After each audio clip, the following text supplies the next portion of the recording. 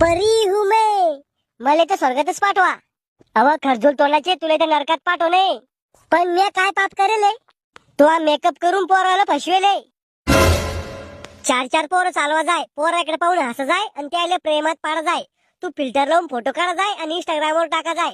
माझ्या बापाला सांगा जाय मी कॉलेजला चालले आणि पोरा संग हिंडा जाय तोंड बांधून. तुला तर कोड्याचा मार भेटणार आहे.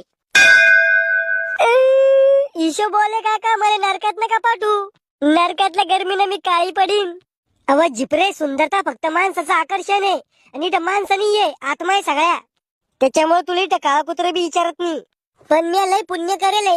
काय पुण्य करेल तो? मी दररोज देवाचे स्टेटस ठेवा जाय. देव कर्म पाहतो, व्हॉट्सअप स्टेटस नाही. मी दुसरं बी पुण्य करेल. काय?